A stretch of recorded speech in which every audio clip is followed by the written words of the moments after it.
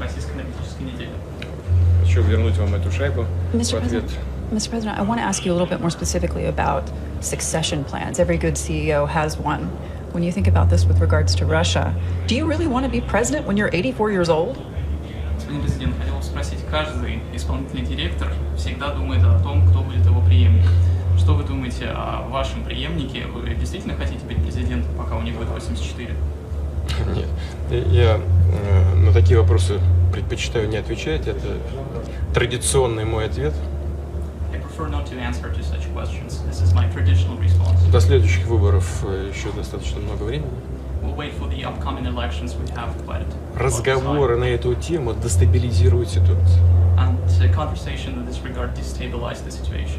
Ситуация должна быть спокойной, стабильной, с тем, чтобы все органы власти, все государственные структуры работали уверенно, спокойно, смотрели в будущее.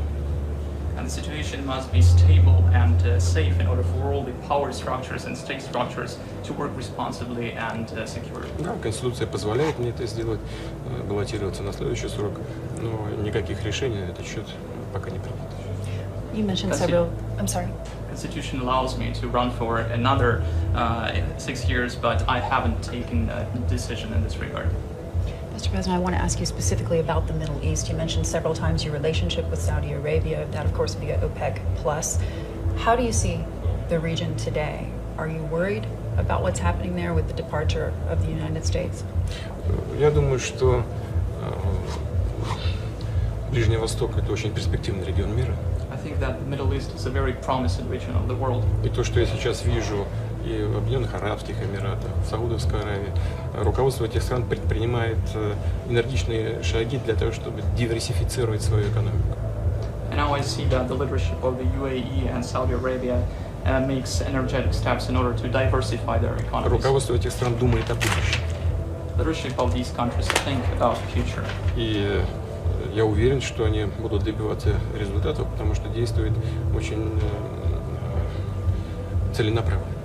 And I'm confident that they will achieve results because they are very goal-oriented. Что касается наших усилий по стабилизации мирового энергетического рынка, то да, у нас все это происходит довольно в жестком режиме. Мы спорим друг с другом, отстаиваем свои позиции. Concerning our efforts to stabilize the world energy market, of course, the interaction is tough. We argue, we protect our positions. Но до сих пор находили сбалансированные, приемлемые для всех сторон решения. But so far, we've managed to reach mutually acceptable solutions for all of us. И наши партнеры, хотя казалось бы, они лидеры в углеводородах, в добыче и продаже нефти, все-таки они строят планы и по зеленой энергетике, что на первый взгляд выглядит очень странно, но это реально происходит в жизни. And our partners, they are leaders in terms of hydrocarbons and their production and marketing, but our partners, it may seem strange, but they are also investing in green energy. Мы с ними говорим о возможности вкладывать средства, большие ресурсы в новые технологии. And we're discussing introducing massive investments in new technologies. И в новые источники энергии. And the new sources of energy. Я думаю, что это очень перспективное направление нашего сотрудничества в будущем. I think this is a very promising area of our cooperation for the future.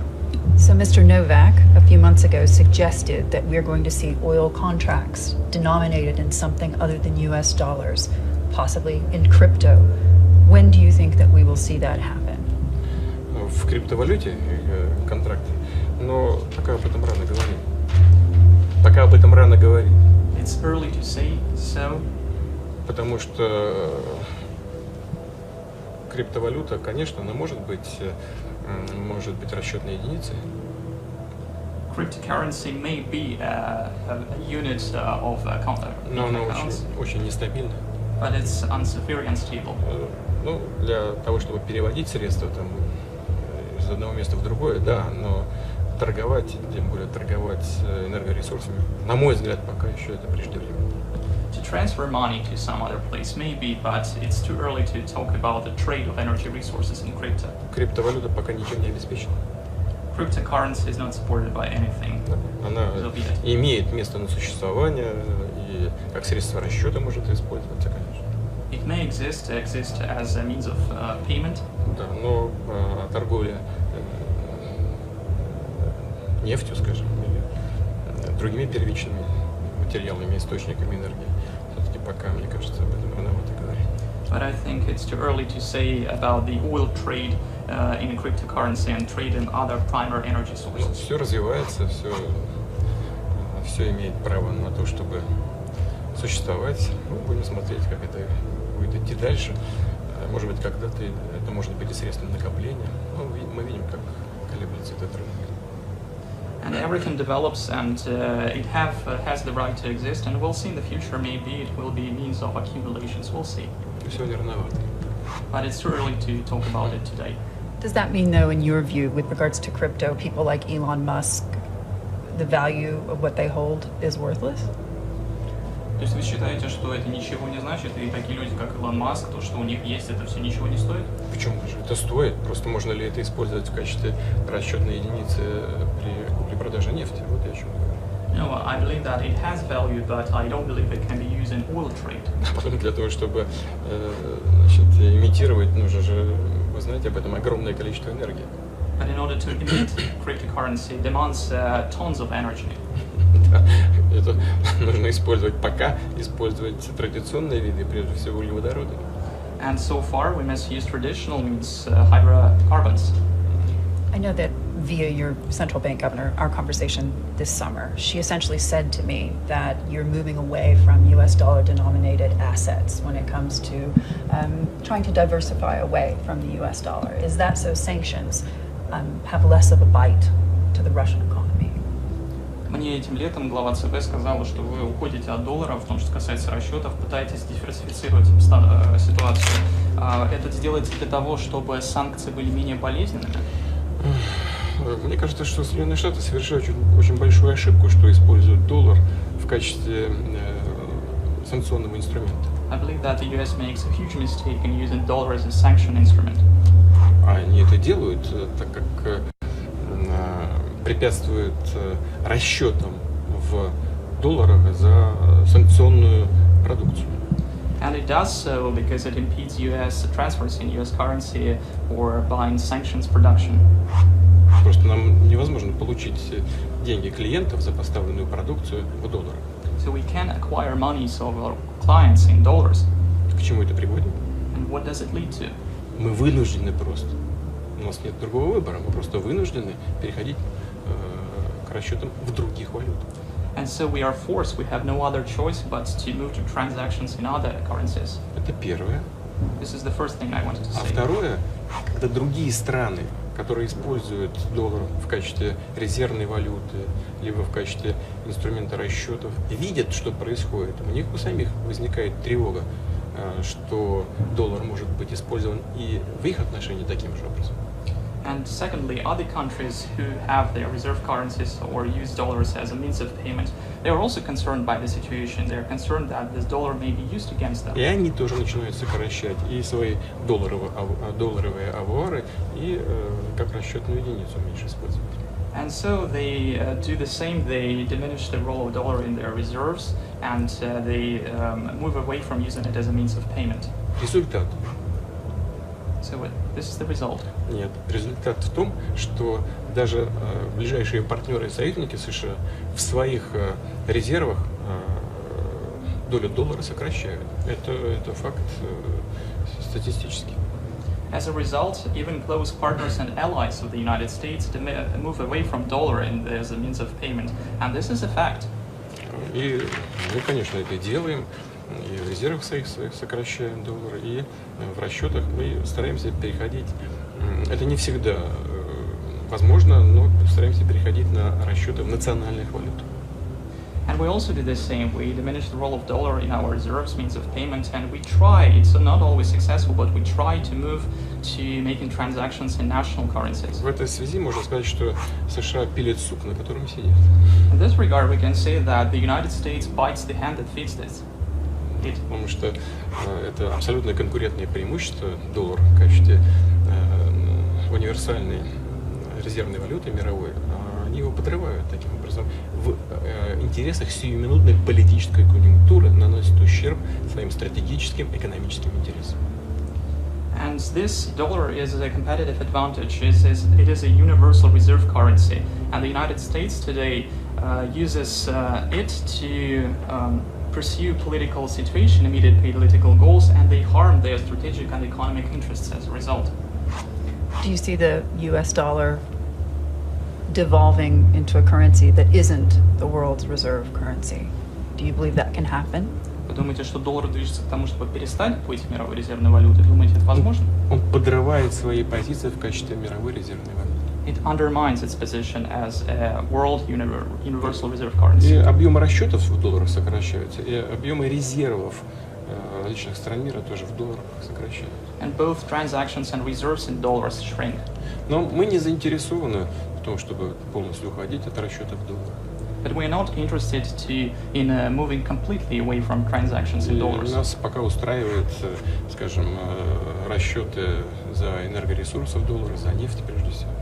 And we are satisfied as of yet to paying in dollars for energy resources, paying for oil first and foremost. Но если политика американских властей будет продолжаться, такая, о которой я уже сказал, то нам и делать ничего не надо будет. США сами подорвут доверие к доллару. But if the political policy of the US authorities continues, then we have no choice, and we will do nothing. Just the US itself will undermine the situation. Кроме всего прочего, государственный долг растет в США. And the US national debt is growing. Вот в очередной раз сейчас Конгресс принял решение об увеличении потолка государственного долга. And once again, the US Congress raised the limit for the national debt. То есть это что такое? Эмиссия. So it means emission. Что такое эмиссия? What does emission mean? Это рост инфляции. A growth of inflation. И впервые, наверное, в истории инфляция в США растет такими темпами, как давно уже не было. And today the US faces record high inflation growth. Это уже экономические причины, которые так или иначе все-таки подрывают доверие к валюте. So these are economic reasons that undermine trust towards dollars. Все же задаются вопросом, а что дальше? Because everyone has a question, what's next? Что экономические власти штата будут делать с этим колоссальным долгом? What they will do with this colossal debt? Что будут делать? Проводить какие-то манипуляции с долларом? Will they manipulate somehow dollar? Будут понижать его стоимость? Что с долгом-то? Что делать? Will it diminish the value of dollar? What they will do with the debt? Это, конечно, так, вопросы фундаментального характера. These are, of course, fundamental questions. Это нас не касается. It has nothing to do with us. Это связано с политикой ФРС, это связано с экономической политикой администрации. It's about the Federal Reserve System's policy and the policy of the U.S. administration. Соединенные Штаты крупнейшая экономика мира, очень высокотехнологичная. The United States is the largest economy in the world, very high-tech one. От самочувствия американской экономики зависит вся мировая экономика. And the whole world economy depends on the health of the U.S. И economy. мы заинтересованы объективно в том, чтобы здесь не было никаких волнений, скачков. And we are interested in seeing no such shocks. Но это от нас не зависит. But it doesn't depend on Мы us. внимательно смотрим за тем, что происходит, анализируем и предпринимаем необходимые шаги для того, чтобы обеспечить наши долгосрочные интересы. And we closely follow the situation, analyze it, and make necessary steps to ensure our own long-term interests. A question for you on China. President Xi says you're his best friend. Does it concern you what you're seeing from the United States with regards to the AUKUS agreement? Do you think that that's heightening tension with China, creating the potential for a new Cold War? Председатель КНР Си Цзиньпин называет вас лучшим другом. Вы озабочены с тем, что видите в отношении ОКОС, то есть Союза Австралии, США и Великобритании? Это создает потенциальную напряженность и чревато ли новой холодной войной? Я тоже считаю председателя Си Цзиньпиня своим другом. Мы много лет работаем вместе. I also believe that the Chinese president is my friend, and we have been working a lot with him. И добиваемся хороших результатов We achieve good results и в сфере политического взаимодействия, и в сфере экономики. both political cooperation and in economy. Я считаю, что это идет на пользу как народу Китая, так и народу России. I believe it benefits both Russian and Chinese population. И балансирует, создает определенную устойчивость в международных делах. And it creates a balance in international relations. Создание каких-то замкнутых блоков, в том числе и того, о котором вы упомянули, США, Великобритания, Австралия, безусловно, подрывает региональную стабильность. And the creation of closed blocks, as you have mentioned, the AUKUS bloc, it of course undermines regional stability. Потому что, на мой взгляд, дружить между собой – это хорошо. Because it's good to be friends, Но дружить против кого-то – это плохо. but it's good to be friends against. It's bad to be friends against someone. Это подрывает стабильность, о которой мы все говорим и о которой мы все заботимся. It undermines stability that we all talk about and that we all care about. Надеюсь, что